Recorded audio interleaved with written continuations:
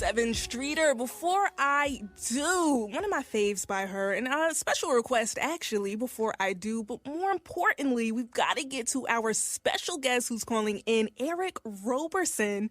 How are you this evening? I'm doing good. I'm even better with that song. It's such a beautiful song. Isn't it? Oh, man, it feels good, yeah. So I'm at peace right now. Great, great. Well, I know, like, for those of you that don't know, Eric Roberson is not only a Grammy Award nominee, singer, songwriter, producer, and let me mention a Howard University alum. Thank you. Yes, shout out to Howard University. Yes, of course, I'm biased. I go to Morgan State, so shout out to Morgan State University. But, I mean, if you don't know him, you're truly missing out. Wonderful songwriter, not only that, a vocal performer as well. And you are actually going to be in town for the Wine and Music Festival, and that's super exciting. But before we get into that, your latest project, let's talk about it. I know I'm super excited to hear more about your creative process and just how long it took you to bring something like this to life. The new album is called Lessons, and I probably it wasn't on my radar to even do an album, but I'm constantly always writing, and I think I'm just in a very reflective period of my life. And it just showed up in the music. I think I wrote a song called Lessons, and it kind of caught fire.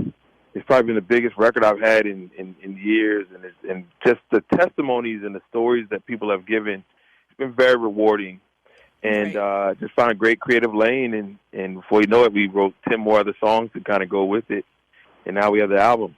Right. And how did your creative process change from, pre-COVID, during COVID, and post-COVID? Did that have any influence on your, new project? I think, if anything, things got quieter. Usually we're trying to balance traveling and touring and, the kids' activities, and being the fact that during COVID, which this album was made during quarantine, the kids are home, doing homeschooling. My wife's home. We weren't really traveling on the road, so it just gave me more time to get lost in the studio and to dig a little deeper, experiment a little more. The process didn't change, but so much.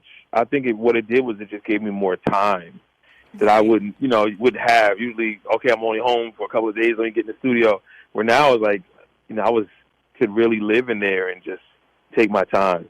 Right. And I can imagine, just you falling in love back into the artistry of creating music because for those of you, once again, just tuning in, we have Eric Roberson on the line, live and direct. But, you being a songwriter and producer for, such notable artists like Jill Scott, Music Soul Child, Vivian Green, I know it must be great to kind of sit with self and really get a chance to deep dive and create music that is for you. You know what I mean? So I know that this is definitely something people are in for a treat. And then you're coming to Maryland for the Wine and Music Festival. And I know that is super, super exciting now. You're doing a tour for the entire summer. You're currently on tour, correct? Yes. Yeah, the band and I, we're going to get ready to come in there. We have some good friends on the lineup as well. So, it's going to be a family reunion and just the friends we haven't seen. It's just good to be back on the road and seeing people that you performed for and with for the last 20-something years, be in the crowd and share the stage with us. So we're gonna show up, man. And I think my wife's excited because when she hears wine, she's like, "Oh yeah, I'm here." Right. Yes. And it's gonna be nice. Right, exactly. And everything is sort of opening back up since COVID, So will this be sort of like your grand debut, if you will, with such a large audience, just being back out there since COVID? We believe it or not, we've probably been on the road for about 5 months now. What I would say the difference is that we kind of got back on the road when COVID was still kind of out there. It was just different. We were traveling separately. We were leaving as soon as we walked off stage. And now with things getting a little looser, we're still being somewhat, of course, careful and responsible. But we've had probably some big crowds.